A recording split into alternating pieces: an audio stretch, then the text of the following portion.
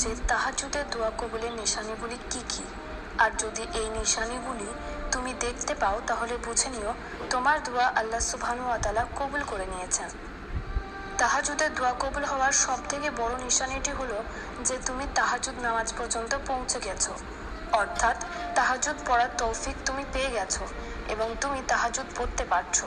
তাহাজ্জুদ আল্লাহর প্রিয় ইবাদত, যেটা সবাই পড়ার তৌফিক পায় না, আর যদি তুমি পাচ্ছ তাহলে এটা তার খাস বান্দাদেরই এই নামাজ পড়ার তৌফিক দেন।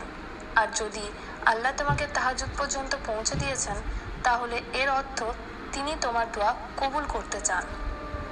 তাহাজ্জুদের দ্বিতীয় দোয়া কবুলের নিশানি হলো তোমার দোয়া চাওয়া। মানে বুঝতে পারলেন না তাই তো? তোমার দোয়া চাওয়া অর্থাৎ দোয়া করতে পারা, আল্লাহর কাছে সেই বস্তুটি চাইতে পারা, কারণ আল্লাহ চাওয়ার তৌফিক তাকেই দেন যাকে তিনি কিছু দিতে চান। এই দুনিয়ার যা কিছুই হয় আল্লাহর হুকুমে হয়, আর যদি তিনি তোমাকে দোয়ার তৌফিক দিয়ে থাকেন এর অর্থ তিনি তোমার দোয়াকে কবুল করতে চান, কারণ একই দোয়া বারবার জবানে আসা বিনা কারণে হতে পারে না। আল্লাহ তোমার দোয়াকে কবুল করবেন ইনশাআল্লাহ, বাস তিনি তোমার ধৈর্যের পরীক্ষা নিচ্ছেন। তাহাজ্জুদে দোয়া কবুলের তৃতীয় নিশানি হলো কোনোদিন তাহাজ্জুদ মিস হয়ে গেলে বা ছুটে গেলে খারাপ লাগা, যে আজকে আমি আমার রবের সাথে কথা বলতে পারলাম না, আল্লাহকে সেজদা করতে পারলাম না, আল্লাহর সাথে সাক্ষাতের অ্যাপয়েন্টমেন্ট মিস হয়ে গেল। যদি তোমার মনে এই ধরনের চিন্তা আসে তাহলে বুঝে নিও এটাও আল্লাহর রাজি থাকার নিশানি। আমাদের প্রিয় রাসূল হযরত মুহাম্মদ সাল্লাল্লাহু আলাইহি ওয়াসাল্লাম বলেছেন, কেউ যদি তাহাজ্জুদের নিয়ত করে ঘুমায় আর কোনো কারণে তাহাজ্জুদে উঠতে না পারে তাহলেও সে তাহাজ্জুদ পড়ার সওয়াব পাবে।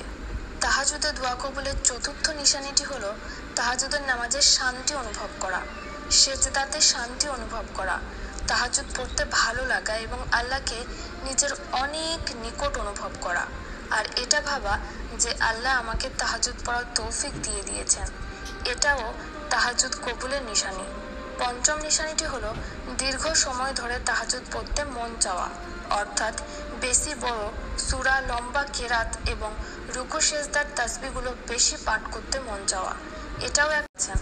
ষষ্ঠ নিশানি হলো গুনাহ থেকে মুখ ফিরিয়ে নেওয়া। যারা তাহাজ্জুদ পড়ে এই নামাজ তাদেরকে গুনাহ করা থেকে, পাপ কাজ থেকে বিরত রাখে। আর যদি কেউ দিনের বেলাতে গুনাহ করে তাহলে তার রাতে তাহাজ্জুদ মিস হয়ে যাবে, সে চাইলেও পড়তে পারবে না, সে যতই অ্যালার্ম দিয়ে রাখুক না কেন তাও পড়তে পারবে না। আর দোয়া কবুলের সপ্তম নিশানি হলো বারবার একই দোয়াকে চাওয়া। অনেক মানুষ একটা দোয়া করতে করতে কবুল হচ্ছে না বলে সেই দোয়া করা ছেড়ে দেয়, কিন্তু যদি তুমি একই দোয়া বারবার করছো বা তুমি আগে তাহাজ্জুদ পড়তে না, এই দোয়া তোমাকে তাহাজ্জুদ পর্যন্ত টেনে এনেছে, তাহলে বুঝে নাও তোমার দোয়া কবুল হয়ে গেছে এবং শীঘ্রই তুমি তোমার কাঙ্ক্ষিত বস্তুটি পেতে চলেছ। বাস আর একটু ধৈর্য ধরো। কবুল হচ্ছে না বলে সেই দোয়া করা ছেড়ে দেয়, কিন্তু যদি তুমি একই দোয়া বারবার করছো বা তুমি আগে তাহাজ্জুদ পড়তে না, এই দোয়া তোমাকে তাহাজ্জুদ পর্যন্ত টেনে এনেছে, তাহলে বুঝে নাও তোমার দোয়া কবুল হয়ে গেছে এবং শীঘ্রই তুমি তোমার কাঙ্ক্ষিত বস্তুটি পেতে চলেছ। বাস আর একটু ধৈর্য ধরো এবং দোয়া করা চালিয়ে যাও। আল্লাহকে বলো, আমি তোমার নাছোড় বান্দা, আমি ছাড়বো না। আল্লাহ, আমি তোমার কাছ থেকে নিয়েই ছাড়বো। আমি তোমার নাছোড় বান্দা, তুমি না দেওয়া পর্যন্ত আমি ছাড়ছি না। সাদকায়ে জারিয়ার নিয়তে ভিডিওটি অন্যদের চ্যানেলে নতুন হলে চ্যানেলটি অবশ্যই সাবস্ক্রাইব করুন।